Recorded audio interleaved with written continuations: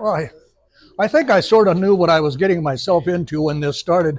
And this is actually going to be kind of short because this is not real complicated. But what this is I don't even do this anymore. I've simply ran out of so many of the pieces and parts to do this. It's something that I was known for doing while I had a retail shop, and I don't anymore. So I brought this along as a show and tell.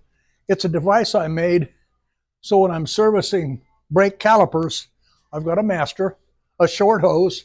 This connects to a caliper, and you don't even use new brake fluid. It's just used because you're going to open it up and dump everything anyway, so it doesn't make any difference. And so you just have a very easy control and pump the pistons out of something, take it apart, and do your servicing. But the reason I brought this along to pass this around is so you can actually take the damn thing apart by unscrewing this, and then the nut comes apart so you can get a good eyeball on what we're looking at in here.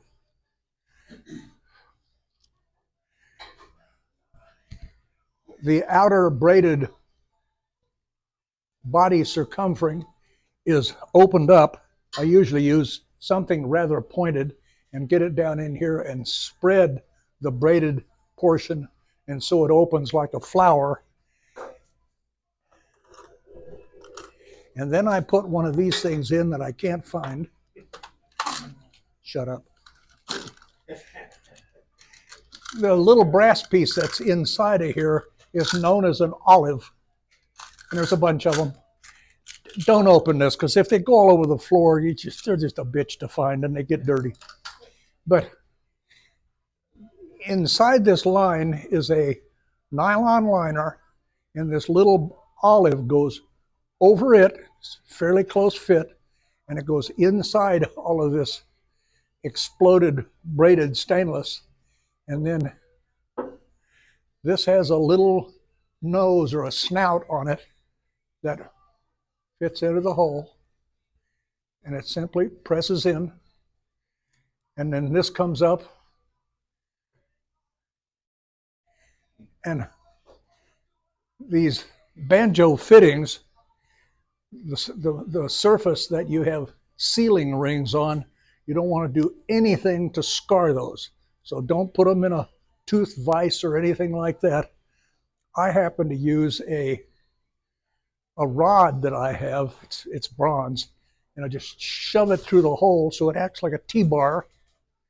And then my handy dandy like 11 millimeter, or also known as a 7/16, just put it on here and tighten it down, and the job's done. How do you go about cutting the hose? There's a special way of cutting it. Yeah, bullshit. I cut this one with a big set of bolt cutters, just, and then with this, I just smooth it back to round. Everything's fine. Never had a problem. Yes. Now, the parts in here are stainless to stainless. And remember when I was talking about building wheels using stainless nipples and stainless spokes, you wind up friction welding.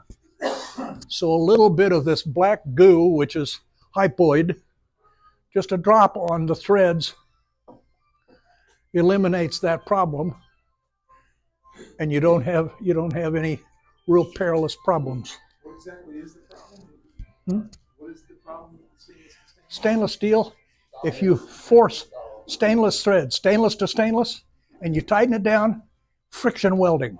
It bonds to itself? It welds itself, literally welds itself. And there's no filler involved. It just melts the stainless and it becomes one. I've had spokes that people have done that and said, they won't move. Well, because they're welded. Aluminum anti-seize or something? Yes. Well, anti-seize is very expensive, and not everybody has it, but everybody has this. It's on the shelf in your garage. What is it? It's hypoid. It's the lube you put in the rear end of your truck or car. It has a lot of phosphorus and a lot of sulfur in it. If you smell it, it smells real punky, like fireworks smells. And it has a great degree of lubricity. So just a drop on the threads, tighten them up, problem's gone. Here, I'm going to pass this around so you can take it apart and look at it. Don't try to take this banjo fitting apart. It's in there and it's tight. You can take turns or show each other so you get a good idea how the damn thing comes apart and what it looks like inside and all the little bits and pieces.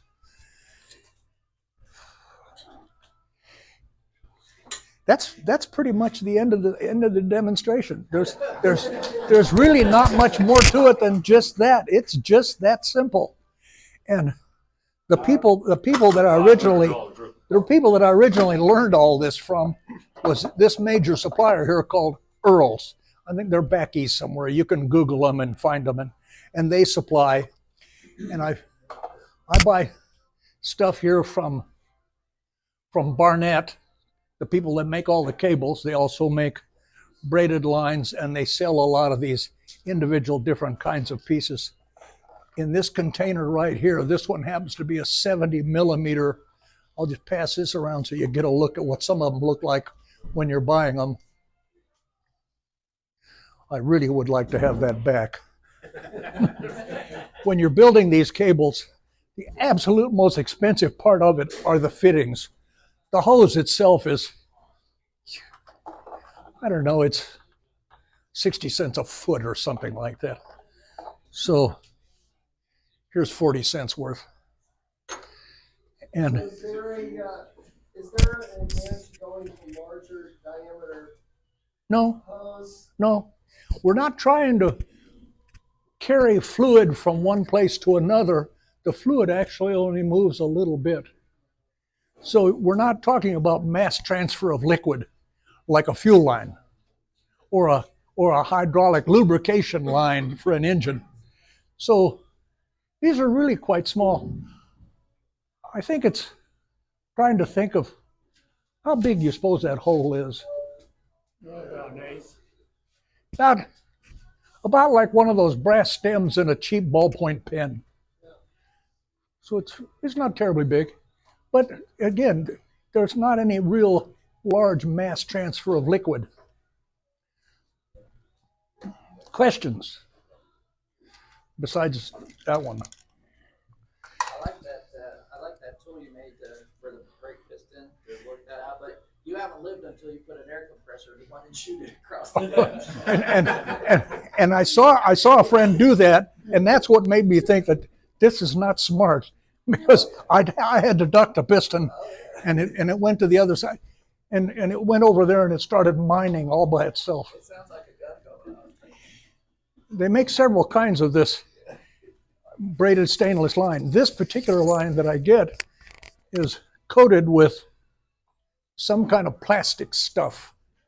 So when you first start doing one of these things, first thing you want to do is skin a little of this plastic covering back, because you want to get down to the bare braided wire. And you have to be very careful when you're working this stuff. I guarantee you, when you're taking some kind of a little pointed thing and working it in here, trying to undo the braid so the wire will open itself up, you'll stab yourself, and it just hurts like a son of a bitch. It really, index finger's a quarter-inch shorter than working with that stuff. yeah, you try not to do that. Any other questions? It's just like Yes, sir. I know there's still steel braided, but some of them have rubber coating on the outside. Can you make those up too? Well, this is coated. Yeah, but I mean, like on the old motorcycle, it looks like a rubber hose, but it's not a rubber hose because there'll be steel braided inside. Oh, you have to get down to the braiding. Now this is a size that is known as AN3. That is a standard, a mil spec. It's AN, Army Navy. So it's Army Navy spec 3, size 3. Most Harleys use spec 4. I don't know why. Well, what I was getting at is those, like my Honda, if I have to replace a brake line and I want it to look original cylindrical, they're not stainless steel braided like that, it'll be a rubber. It's like Yeah, but they're not braided inside. It has a nylon core in it, but there's not a braid inside. That's the shortfall of those kinds of brake lines, because a lot of your effort on that piston when you're squeezing your hydraulic, part of that pressure is to making the line do this. A lot of the force goes to the piston, but a lot of it is wasted on this. When you use braided stainless and the pistons finally hit the caliper, it just feels like your lever hit a block of wood. It just stops. And then all you can do there is just increase and decrease the pressure. And you can feel your stoppability as it's pressing harder and harder on the rotor.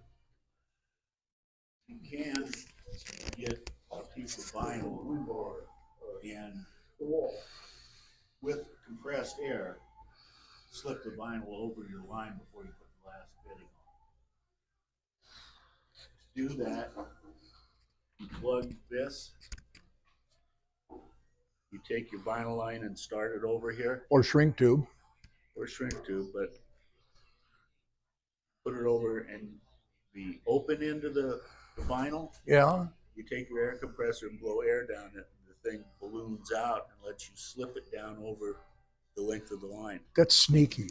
I've never seen that done, but it's a good idea. Write that down. Write that down.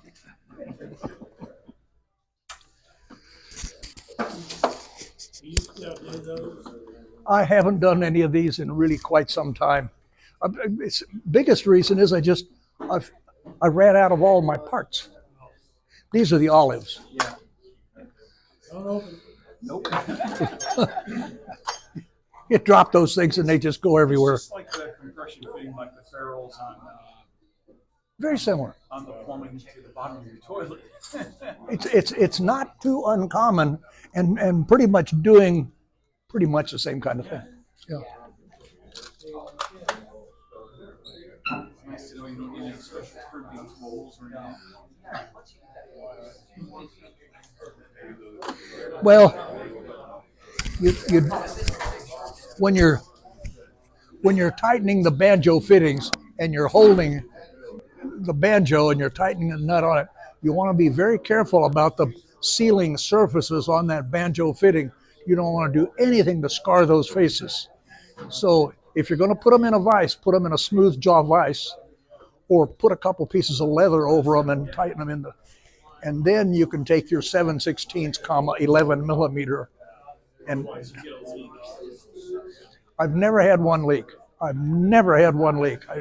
Maybe knock on wood. Maybe I've just been lucky.